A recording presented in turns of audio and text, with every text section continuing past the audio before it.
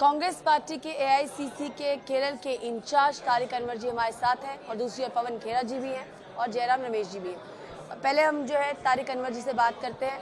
Sir, PFI के ऊपर 5 साल का बैन लग गया, आप कैसे देखते हैं?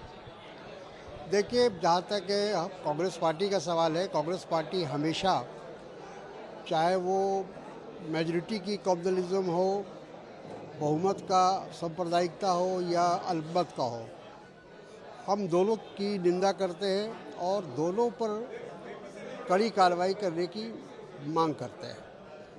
सर, भारत जोड़ो यात्रा का जो है केरल लेग खत्म होने वाला है। कल यात्रा जो तमिलनाडु में जाके फिर कर्नाटका में एंटर करेगी। केरल में जो रिस्पांस मिला है उसके बारे में आपको क्या कहना है? केरला में बहुत अच्छा इसका इम्पैक्ट हुआ है और शायद इसीलिए कुछ राजनीतिक दल और राजनेता इस बात को लेकर बहुत परेशान हैं, चिंतित हैं, क्योंकि उनको उम्मीद नहीं थी कि भारत जोड़ो यात्रा को इतना ज़बरदस्त रिस्पांस मिलेगा, उसका स्वागत होगा। और ख़ास तौर पर राहुल गांधी जी को जो एक लोगों का प्यार, समर्थन, आशीर्वाद मिल रहा है, वो मैं सोचता हूँ कि आने वाले समय में ये यात्रा एक ऐतिहासिक यात्रा होगी। एक लंबे समय के बाद चंद्रशेखर जी जब भारतीय जनता पार्टी के जब वो नेता थे और उस हैसियत से उन्होंने एक पद यात्रा किया था, लेकिन ये यात्रा उससे भी लंबी है और मैं समझता हूँ कि ये एक नए इतिहास की रचना ये पदयात्रा करेगी। आप कांग्रेस पार्टी के डिसिप्लिनरी कमेटी के भी मेंबर हैं। 3 लोगों को आपने, जो राजस्थान के लीडर्स हैं, उनको आपने जो है शो कॉज नोटिस भी दिया है। गहलोत साहब भी हैं और जो बगावत हुई, जो सिचुएशन बनी, उसके ऊपर आपको क्या कहना है?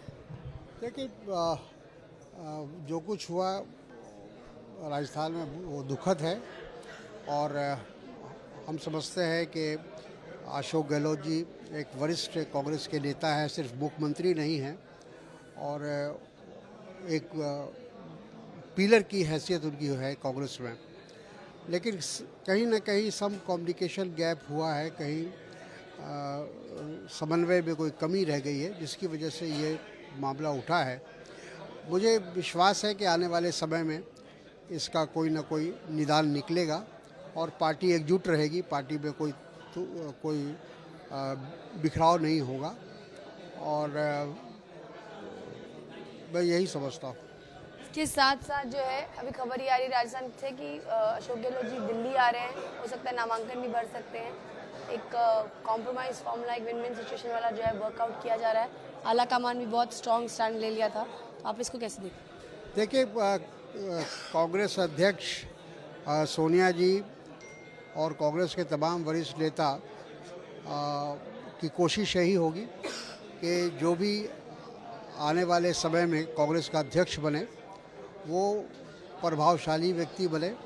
2024 का चुनाव हमारे सामने है, उससे पहले कई राज्यों का चुनाव है, तो ऐसा ही नेतृत्व हो जो मजबूती के साथ संगठन को आगे लेकर चल सके।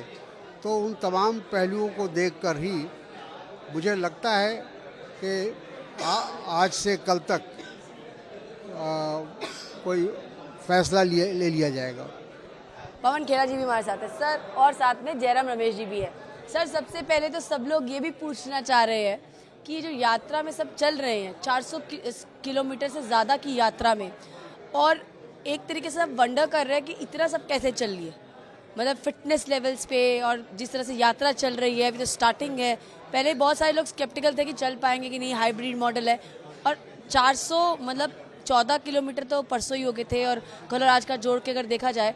सो how has your experience been about, because everybody is now, अब सबको लग रहा है कि ये एक्चुअल में हो रहा है, 3570 किलोमीटर एक्चुअल में जो है यात्रा जाएगी। मेरे बॉस चेयरमैन साहब बताएं। ये जो हिम्मत आती है ना, ये दिल से आती है। ये खुद भी चल रहे हैं। पवन खेरा जी मैं देखती हूँ, जयराम सर बीच में आते हैं, कैमियो करते हैं, फिर चल, लेकिन पवन खेरा जी बिल्कुल पूरा एकदम ये चल हमें रहे हैं। चलना सिखाते हैं और हम चल रहे होते हैं और हिम्मत दिल से आती है और जो जज्बा लोगों को की आंखों में दिखता है, तो उससे अपने आप हिम्मत आती है। और जब हमारा नेता हमारे आगे चल रहा हो तो वैसे हिम्मत आ जाती है। बीजेपी तो आपके नेता जो है राहुल गांधी जी के ऊपर ताबड़तोड़ हमला बोलती है, कभी शर्ट से कभी कंटेनर से, अब तो राजस्थान में जो उसको लेकर भी हमला बोल रहे थे, तो क्या कहते हैं सर आप? तो जोड़ने वालों के खिलाफ तो वही हो सकता है ना जो तोड़ रहा हो। तो ठीक है, हमें भी समझ में आ रहा है, देश भी देख रहा है कि कौन तोड़ रहा है और कौन जोड़ रहा है। एक और बड़ा इंटरेस्टिंग चीज़ है जो मैं आप दोनों से सवाल पूछना चाहूँगी। सुबह हमारी रमेश चरित्रा जी से बात हो रही थी तो उन्होंने बोला जेपी नड्डा को सेकंड टर्म मिल गया, आपने भी ट्वीट किया था, उन्होंने कहा कि मिल गया, कैसे मिला किसी को पता है? आप ये मतलब बीजेपी पे आप लोग क्वेश्चन मार्क एकदम लगा दिया। कोई और पार्टी बता दीजिए जिसमें चुनाव करने की प्रक्रिया हो अपना अध्यक्ष चुनने की। चुनाव भी हमारी पार्टी करे, आरोप भी हम पर लगाओ कि लोकतंत्र नहीं है। नागपुर में बैठकर वो तय करते हैं कि कौन बनेगा बीजेपी का अध्यक्ष। हमारे यहाँ तो पूरी 9,000 लोगों का डेलीगेट्स जो हैं वो वोट करते हैं। प्रक्रिया है, पारदर्शी प्रक्रिया है, पूरे देश को मालूम है क्या हो रहा है कांग्रेस में। इससे ज़्यादा पारदर्शिता किसी पार्टी में हो तो बताइए। राजस्थान से आते हैं, मसला सब सुलझ जाएगा, सब कह रहे हैं घर की बात है, फैमिली है। सुलझता तो वो मसला है जो उलझा हुआ होता है, यहाँ उलझन ही क्या है जो सुलझेगा। ये हमारी पार्टी की पारदर्शिता है, सबको दिख रही है और दिखनी भी चाहिए। जयराम सर, आपका एक्सपीरियंस कैसा रहा? स्टार्टिंग से जो है आप right from conceptualisation to implementation में हैं, और उसके साथ साथ जो है कहा जाए तो एक कहावत होती है इंग्लिश में कि बहुत सारे हैट्स हैं, लेकिन आप तो बहुत सारे गांधी टोपी पहन के जो है अलग अलग टोपी, मतलब टोपी गांधी टोपी ही है लेकिन सर अलग अलग लगाते रहते हैं। So how difficult it was? अब तो 3100 किलोमीटर बाकी हैं और 9-10 राज्य बाकी हैं।